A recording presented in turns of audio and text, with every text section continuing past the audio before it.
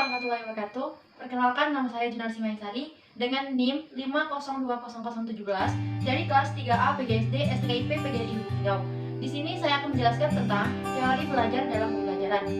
Tujuan dalam penyampaian ini agar penonton, khususnya para guru, memahami teori pembelajaran dalam proses belajar dan mempermudah mereka dalam memahami siswa dan menyampaikan materi yang ingin mereka sampaikan. Baiklah, di dalam teori belajar dalam pembelajaran itu ada 4 yang akan saya sampaikan. Yang pertama behaviorisme, yang kedua kognitivisme, yang ketiga konstruktivisme, dan yang keempat yaitu humanisme. Di sini saya akan menjelaskan terlebih dahulu yang pertama behaviorisme.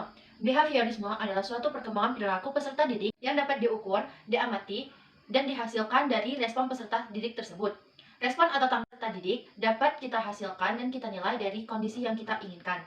Ciri-ciri behaviorisme yaitu yang pertama, mementingkan pengaruh lingkungan, yang kedua, mementingkan bagian-bagian, yang ketiga, mengutamakan hasil dari pembelajaran, yang keempat, yaitu mementingkan dari pertumbuhan reaksi, yang kelima, yaitu mementingkan pembentukan kebiasaan.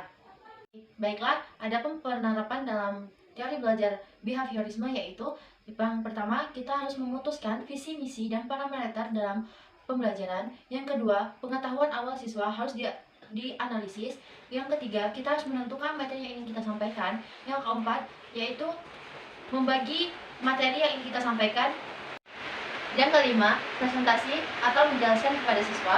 Yang keenam, melepaskan rangsangan kepada siswa. Yang ketujuh, memperhatikan dan mengamati reaksi dari stimulus yang telah kita berikan kepada siswa. Yang kedelapan, menjelaskan penjelasan yang positif. 9, memberikan kembali stimulus.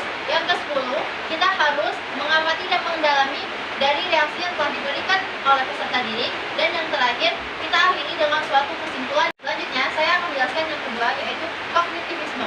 Poin penting dari pengertian kognitivisme yaitu setiap seseorang itu memiliki pengalaman dan pengetahuan. Suatu proses pembelajaran akan klop apabila materi yang akan diajarkan sesuai dengan pengetahuan yang telah dimiliki oleh seorang siswa. Yang terakhir, yaitu teori belajar kognitivisme ini mementingkan dari proses belajar. Ciri-ciri dari teori belajar kognitivisme yaitu yang pertama, mementingkan apa yang ada dari diri manusia. Yang kedua, mementingkan peranan kognitif. Yang ketiga, mementingkan dari keseluruhan bagian-bagian. Yang keempat, mementingkan waktu sekarang. Yang kelima, mementingkan pembentukan dari struktur kognitif. Baiklah, penjelasan yang ketiga yaitu konstruktivisme. Konstruktivisme berasal dari kata to dan kontrak yang artinya membangun. Konstruktivisme adalah suatu upaya dalam membangun susunan-susunan yang sesuai dengan budaya hidup modern sekarang.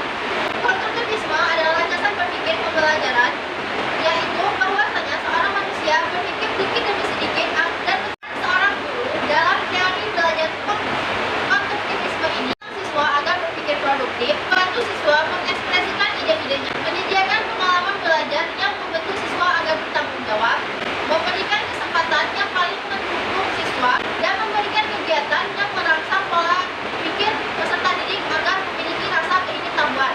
Adapun ciri-ciri dari konstruktivisme yaitu pengetahuan dibangun oleh siswa itu sendiri. Pengetahuan tidak dapat dipindahkan dari guru ke murid kecuali ada rasa keingin-mauan dari murid itu sendiri. Murid aktif mengkonstruksi secara terus-menerus sehingga terjadinya perubahan konsep ilmiah.